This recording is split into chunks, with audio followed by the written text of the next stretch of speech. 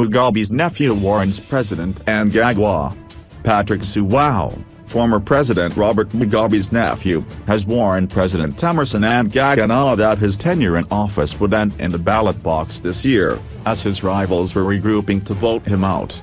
The former Labour and Social Welfare Minister made the claims in a lengthy article on Saturday titled, "The Zhuwao Brief Reloaded, Number 2018 Resistance." Zhuwao said 2018 will be a year of resistance against Mnangagwa and his military allies, warning a lot of aggrieved soldiers, persecuted ZANU-PF members, ex-Rhodesians and members from opposition parties, who initially supported the coup hoping to get a share of the spoils, but now felt used, would vent their anger in the ballot box against the current coup in elections scheduled for this year. The Zimbabwean political environment is increasingly becoming ripe for straight-thinking and progressive Zimbabweans to come together in forming movements that advocate for the values enshrined in the constitution, most notably the preamble and founding provisions set out in Chapter 1 with specific reference to Section 2 on the supremacy of the Constitution and Section 3 on founding values and principles, he wrote.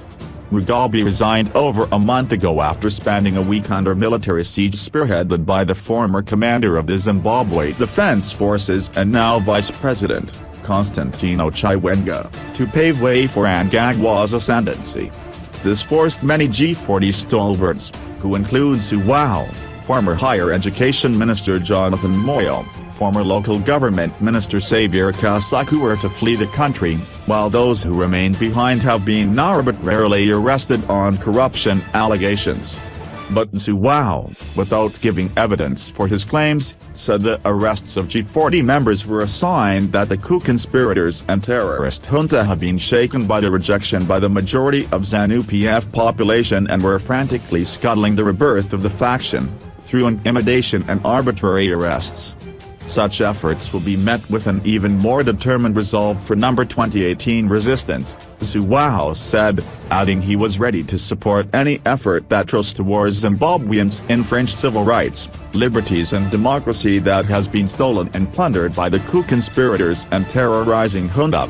These robber pirates threatened and have actually unleashed a reign of terror, extreme violence and disinformation for the purposes of self-serving and parochial individual interests totally devoid of the national interest.